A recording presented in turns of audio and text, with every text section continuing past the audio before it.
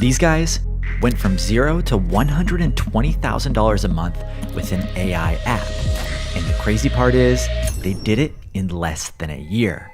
I drove out to Miami, Florida to ask them exactly how it works and how one platform got them 10,000 paying users in a matter of days. So was sort of like a great springboard for us in order to establish a solid brand. The boys started their journeys working at VC-backed startups, but they grew sick and tired of the system.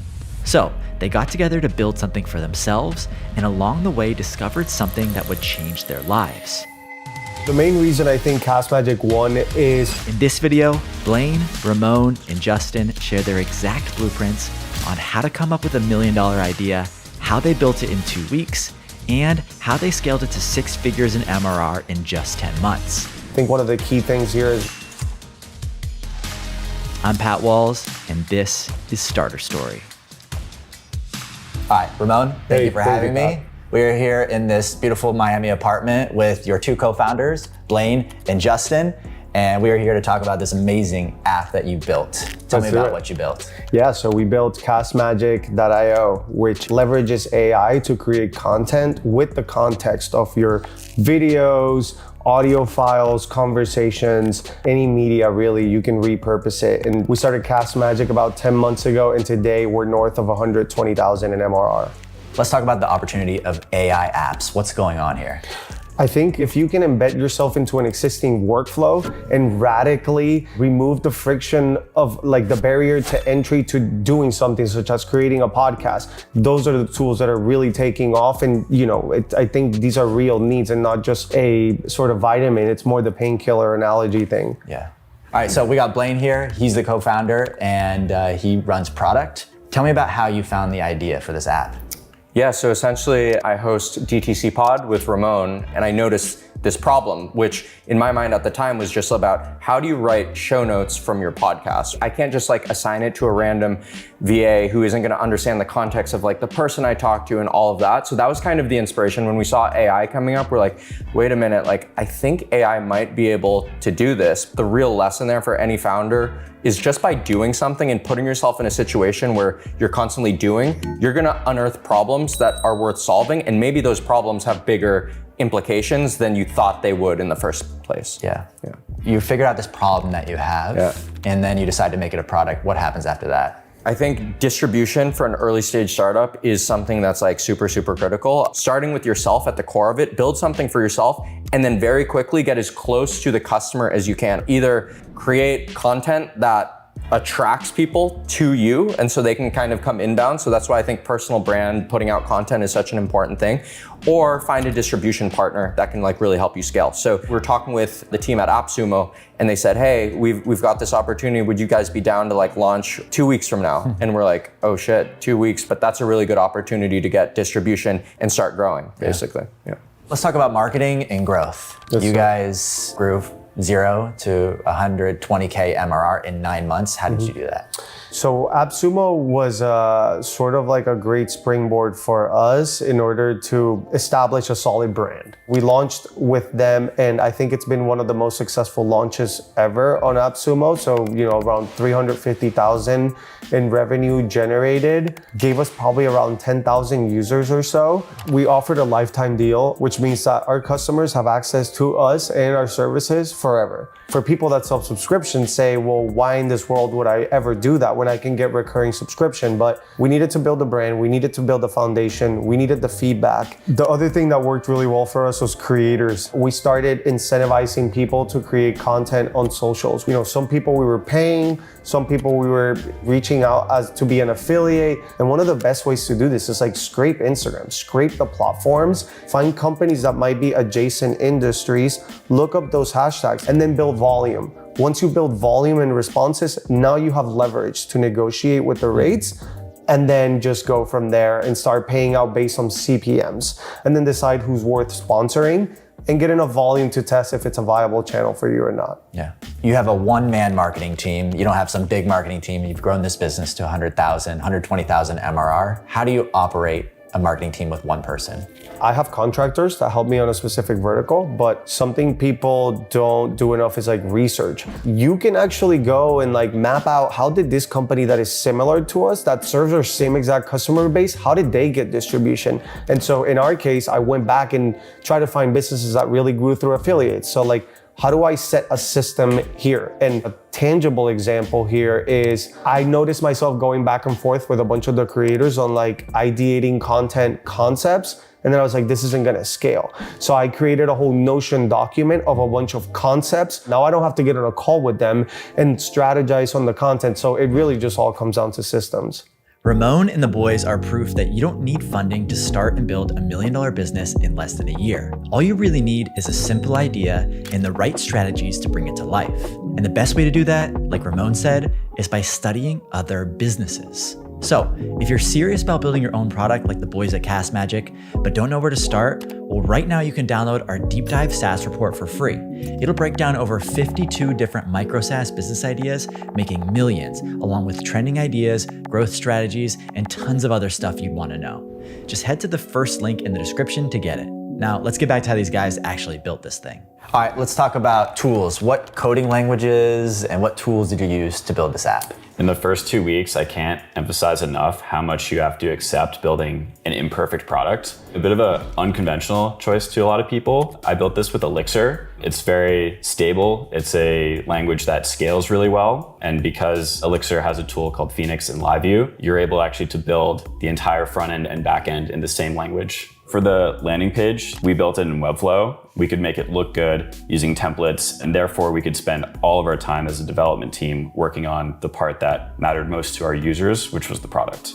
All right, let's talk about pricing. How is Castmagic priced and how did you come to that strategy? We offer a subscription, billed monthly, with a cap on usage. It's funny, we really just kind of threw out numbers that we wanted to test and found that it worked. And we are always analyzing what we're spending on LLMs and transcription, making sure that we have enough margin to justify the outputs that we're giving our customers. And so far, we've been able to keep those in balance so that both our customer and us can win from the relationship. Okay, we are back with Ramon to talk now about AI. It's changing like crazy, differentiation. Tell me, why was Castmagic successful when there are thousands of other AI apps that weren't? So the main reason I think Castmagic won is for 3 reasons. Number 1, we solved our own problem. Number 2, we build a brand by partnering with the right creators. And number 3, we built and continue to invest in the product to increase the quality of the outputs. That's really what it boils down to in an AI product. It's not just how does the platform work, but what is the quality of the output that I'm getting here? And are they taking any shortcuts in the back end? And clearly we weren't. So then the customers are now invested into us. You have to ask yourself, how do I position myself and how do I build the brand for the long term here? All right, so what do you do when ChatGPT comes out with a new model and then they essentially replace your product? How do you think about that? We are solving a workflow problem, and there's always ways in which you can continue to optimize that process more and more. That is in ChatGPT's business. ChatGPT is there to provide the infrastructure. They have a feature, not a product. They solve one small pain point. They don't solve like an entire solution that only a platform that covers a workflow from A to Z can solve. Yeah. Tell me some of the numbers, some of the financials behind this business. Churn, single digits, like net churn is single digits. That goes back to the value of like, solving like an existing problem, not creating a novelty. We have over 120,000 in MRR. We're growing over 20% month over month. I think one of the key things here is we don't spend over 20% of our revenue on marketing. Marketing always has to be less than 20%. And that is because we want to make money. We want to be profitable. So far it's working. And those are principles I think that we'll continue to use to grow the business. Yeah. So you guys built this, 3 friends. Tell me about why your team works and why you guys work so well together.